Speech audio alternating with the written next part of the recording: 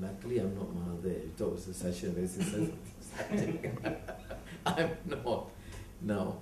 You see, particularly, we have electoral process. Let him decide.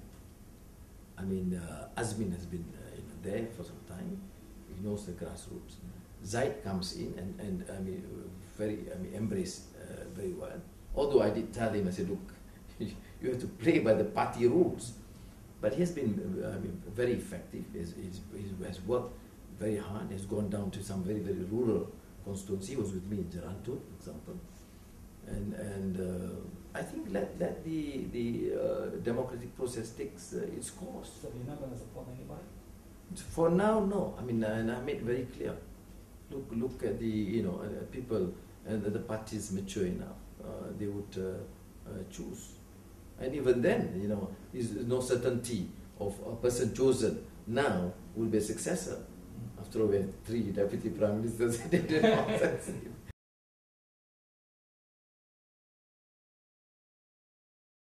Aziza doesn't want to surrender the post. What do I do? No, it is easier because then I can focus more on Pakistan. Easier as in what? No, if Aziza continues. Right, okay. And then, although I'm quite involved, I mean, I meet weekly with the political bureau, but at least I don't get involved with this nitty-gritty details. Sometimes, also for a problem, you guys were rough with me on the Zoom noted case. That's right.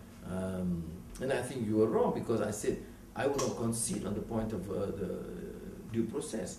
And we have very tough disciplinary committee. If you ask me, I said you should give 2-3 weeks maximum. Now it passed 1 month. It's not my fault. But the argument is that you could have made a decision much earlier.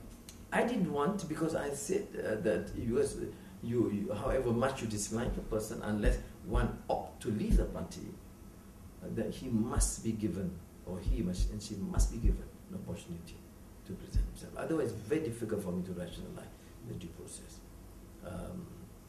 And in this case, Zul actually emailed me the day of the meeting to say, allow me and give me a chance to explain my case.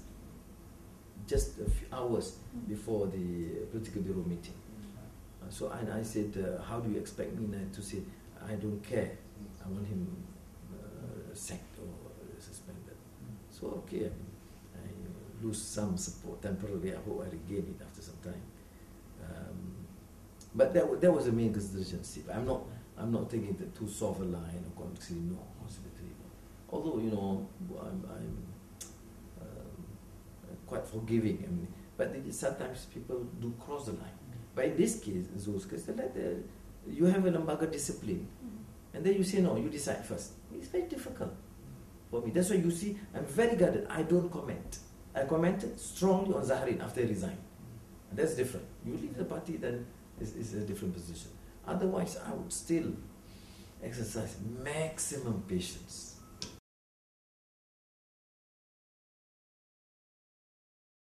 Of course, nobody likes that people leave the party, okay? But we are a party of, at least a clear ideals and principles. You transgress, that's it. You leave, that's it. And I made it public. They withdraw the line. When he comes, for example, Zahrin was a friend who, if he chooses to criticize one or two policies, I would just kept quiet. But I thought he crossed the line. I mean, calling him as a communist, dictator, chauvinist, and he was blatantly wrong. Okay, so I defended because I know one thing. Not that I agree with every single policy. I mean, you elect him as a Ketua Menteri, let him deal with it.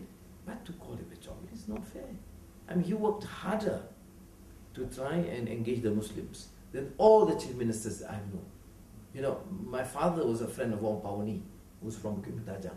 I know him when I was a kid, Wong Pawani. Probably Malay interaction, probably with my father, who happens to be UMNO leader there. Then Chong Yu, who's, of course, above all these things, is it? And then Tsu Kun, who tries. But nothing compared to the effort taken by Wan Egg. Do I think he needs to do a bit more in terms of some of the Malay program? I believe so. But you can't fault him as a chauvinist, number one. Number two, to say that he has not done anything. gone anywhere, you know. I mean, buka puasa, whatever. I mean, and he doesn't make, it doesn't show that he's a bit embarrassed or uncomfortable. And I think I give credit to him. So I was very firm, and because of that, Zarin thought that, since Anwar had taken a decision, I didn't take a decision to dismiss him from the party. That he, on his volition, left. But in terms of party mention, I mean, people are talking about PKR is a weakest link, and you have 5 MP of Adun leaving already. And do you foresee that the rumor keep going every day? I mean, even we must stop this rumor. No, I mean, from because these rumors, you entertain this, and this is giving credence. Thanksgiving and all that, calling press conferences. Giving out a lot of hints. So, I mean, do you think, is there any more kadang-kadang media, Malaysia Kini report yesterday on DB was, to me, is a real departure from his first time, which is to me acceptable. But a Star gave a different twist. So I read Malaysia Kini, the Star, those are forced because they showed me DB in his statement. But I thought it is.